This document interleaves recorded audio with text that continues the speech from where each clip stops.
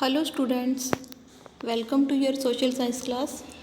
Today we will read the chapter number 5 of geography, class 7th, water surrounding the earth.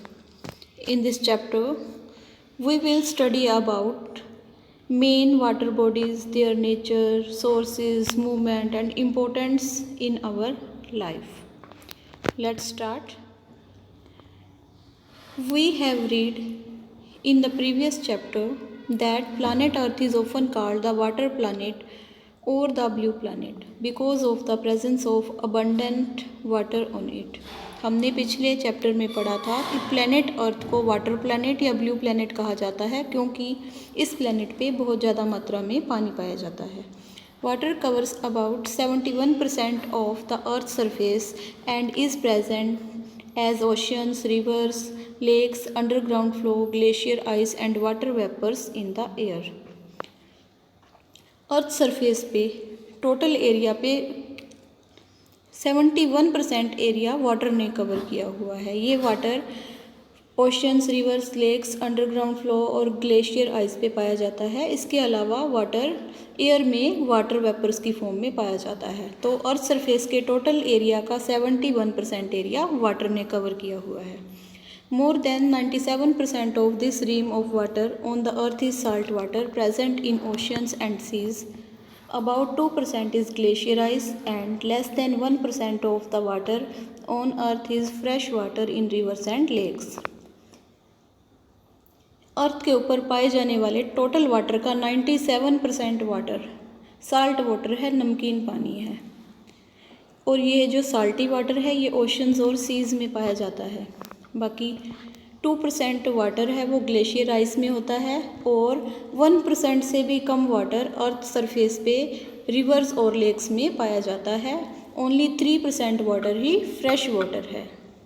Thus the ocean, namely Pacific, Atlantic, Indian and Arctic are the largest reservoirs of water on our earth. तो इस तरह से जो oceans हैं, Pacific ocean, Atlantic ocean, Indian ocean, Arctic ocean, ये largest store house हैं water के हमारी अर्थ के ऊपर. Let's study about these principles, water bodies, their nature, source, movement and importance in our life. आओ अब हम इन इम्पोर्टेंट वाटर बॉडीज़ के बारे में पढ़ते हैं. उनका क्या नेचर है, क्या सोर्सेज हैं, किस तरह से वो मूवमेंट करते हैं और हमारी लाइफ में वाटर बॉडीज़ की क्या इम्पोर्टेंस है. The earth receives major part of pure water through rainfall. Earth pure rainfall का मेजर पार्ट रेनफॉल के थ्रू प्राप्त करती है. इन एडिशन इसके अलावा it receives fresh water through numerous springs and rivers. यह फ्रेश वाटर झरनों से और रिवर्स से प्राप्त करती है. मीन्स अर्थ के ऊपर जो फ्रेश वाटर है, फ्रेश वाटर का मेन सोर्स रेनफॉल है. उसके बाद रिवर्स और स्प्रिंग्स भी फ्रेश वाटर का मेन सोर्स हैं. The water never remains static. जो वाटर है वो स्थिर नहीं रहता. It has cycle. इसका एक साइकिल है which has neither a beginning nor an end. जिसका ना तो कोई अंत है ना ही कोई प्रारंभ है. Let's find out in detail how the process of water cycle works. अब हम डिटेल में पढ़ते हैं कि वाटर साइकिल का प्रोसेस किस तरह से वर्क करता है. Process of water cycle. You can see in this diagram process of water vapors. अर्थ के ऊपर जो वाटर है वो रेनफॉल के थ्रू आता है, रिवर्स के थ्रू, पॉन्ड्स में, ओशंस में, सब जगह पे वाटर पाया जाता है. वाटर बॉडीज़ में, ग्राउंड वाटर में भी. ये सनलाइट के द्वारा इवेपोरेट होता है. इवेपोरेशन से ये कंडेंसेशन में चेंज हो जाता है. उसके बाद फिर से रेनफॉल होती है और फिर ये दोबारा से वाटर अर्थ के ऊपर आ जाता है. इसे प्रोसेस ऑफ वाटर साइकिल कहते हैं. The sun is the main source of energy which causes water to evaporate. Sun energy का मेन सोर्स है जो वाटर को इवेपोरेट करता है. Hence water of the ocean is converted into water vapours due to the heat of the sun by the process of evaporation. इस तरह से जो ओशंस का वाटर होता है वो वाटर वेपर में सन की हीट से इवेपोरेशन के प्रोसेस से हीट बन जाता है, वाटर वेपर्स में चेंज हो जाता है. The evaporated vapors rise up in the atmosphere and condense into tiny crystals of ice or droplets of water to form clouds.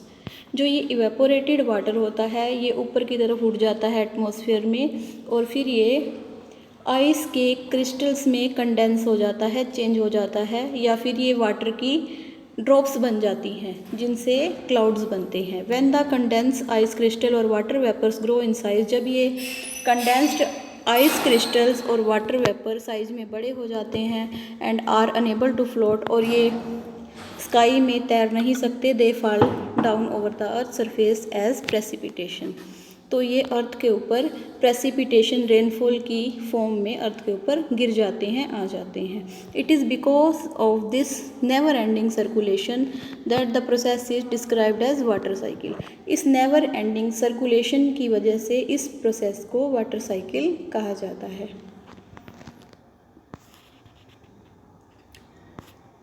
A major part of the water run off over the earth's surface, forming numerous streams. अर्थ के surface के ऊपर जो major part है water का वो अनगिनत streams में, नदियों में, नहरों में बहता है। A small part of rain water percolates inside the earth which form ground water. तो थोड़ा सा पानी अर्थ के अंदर चला जाता है जिससे ग्राउंड वाटर का निर्माण होता है। Ground water is very important source of water for plants. Ground water plants के लिए वाटर का इम्पोर्टेंट सोर्स है। The plant drive the ground water through their roots system and return it to the atmosphere in the form of moist air through their leaves. Plant ground water अपने roots के through प्राप्त करते हैं और फिर इसे atmosphere में moist के रूप में छोड़ देते हैं अपने लीव्स के थ्रू। मतलब ये एटमॉस्फेयर में उस पानी को वापस कर देते हैं नमी के थ्रू। लीव्स में जो नमी होती है उसके थ्रू एटमॉस्फेयर में वो वापस चला जाता है। Water is also present in the form of ice crystal in high altitude regions. High altitude region means hilly areas. तो वाटर आइस फॉर्म में भी पाया जाता है पहाड़ी एरियाज पे, हिली एरिया में। Thus we can infer that there is a continuous supply of water to our earth. तो इस तरह से हम देखते हैं कि हमारी अर्थ के ऊपर कंटिन्यू वाटर की सप्लाई होती रहती है। However the distribution of water is not uniform. Earth के ऊपर वाटर का डिस्ट्रीब्यूशन एक जैसा नहीं है। Some areas receive heavy rainfall और snowfall which increases water supply. कुछ एरियाज़ में हैवी रेनफॉल होती है या स्नोफॉल होती है जिससे वाटर सप्लाई वहाँ पे ज़्यादा होती है। And makes it surplus there, और इससे पानी वहाँ पे अधिक हो जाता है, सरप्लस हो जाता है। ऑन द अदर हैंड, दूसरी तरफ एरियाज रिसीविंग लो रेनफॉल और snowfall have scarcity of water. वो एरिया जहाँ पे लो रेनफॉल होती है या स्नोफॉल होती है वहाँ पे पानी की कमी होती है। We can regulate this resource by storing the surplus water in large reservoir और by conserving it in several other ways to sustain life on the earth. तो हमें इस रिसोर्स को अच्छे से रेगुलेट करने के लिए जो सरप्लस वाटर है उसे स्टोर करके रखना चाहिए स्टोर हाउसेस में, या कुछ और वेज होते हैं, तरीके होते हैं वाटर को बचाव करने के लिए, तो उन तरीक़ों का यूज़ करना चाहिए। The judicious use of water is necessary. तो हमें वाटर का जुडिशियस यूज़ करना चाहिए, न्यायपूर्वक ढंग से प्रयोग करना चाहिए, हमें वाटर को वेस्ट नहीं करना चाहिए। So we should save the precious natural resource. हमें प्रीशियस नेचुरल रिसोर्स को सेव करना चाहिए, बचाना चाहिए। जितने वाटर की नीड होती है हमें उस वाटर को उतना ही यूज करना चाहिए, वाटर को वेस्ट नहीं करना चाहिए। Now next topic, various movement of ocean water. Ocean water की वेरियस मूवमेंट्स कौन कौन सी हैं?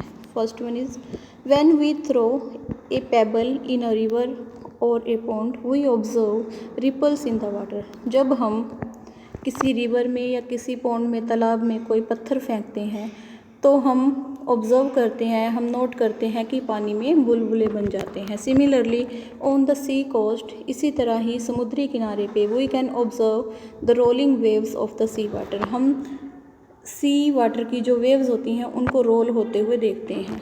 What causes their movement and from where do this ripple originate, इनकी मूवमेंट का क्या कारण है और ये रिपल्स कहाँ से ओरिजिनेट होते हैं। Let's study about this movement, और अब हम इनके बारे में, इन मूवमेंट्स के बारे में स्टडी करते हैं। This movements in ocean waters are basically of 3 kinds, ये मूवमेंट है जो ओशन वाटर में वो 3 तरह की होती हैं, that is waves, ocean current and tides. Let's discuss them in detail. सबसे पहले है वेव।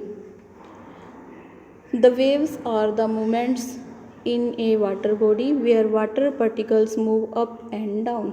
वेव्स वाटर बॉडीज़ में होने वाली वो मूवमेंट हैं जिनसे वाटर बॉडीज़ का जो पानी है अप और डाउन होता है, ऊपर जाता है और नीचे आता है। It is important to note that water actually does not travel with the wave. ये नोट करने वाली बात है कि इस मूवमेंट के साथ पानी ट्रैवल नहीं करता, एक जगह से दूसरी जगह पर नहीं जाता, मीन्स अपने प्लेस पर ही वो मूव करता है। This is like a ball thrown on the water, ये उस तरह से है जैसे एक बॉल को वाटर में गिरा दिया जाता है, बॉल अपनी जगह पर ही हिलती रहती है। The ball keeps on moving up and down along the wave, तो बॉल भी उस वेव के साथ मूव करती रहती है। This rhythmic movement of water particles produces A pattern, तो वाटर की जो मूवमेंट होती है वो एक रिदमिक फॉर्म ले लेती है, जो एक पैटर्न बना लेती है, which we can see as a way, और इस पैटर्न को हम वेव कहते हैं। The height of wave depends on the speed of wind, जो वेव की हाइट है वो विंड की स्पीड पे डिपेंड करती है, and the duration of wind blowing from a particular direction, और एक विंड की पर्टिकुलर डायरेक्शन में बहाव पर कितना टाइम लगाती है, ड्यूरेशन पे डिपेंड करती है।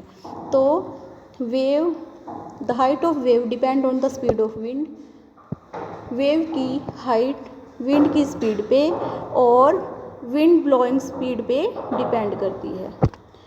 Together it determines the size of a wave, दोनों मिलके वेव की साइज को डिटरमाइन करते हैं, डिसाइड करते हैं वेव की साइज, वेव का साइज कितना होगा। Do you know nowadays energy of wave is harnessed to produce electricity, इन दिनों में वेव्स की एनर्जी का यूज इलेक्ट्रिसिटी प्रोड्यूस करने में किया जाता है।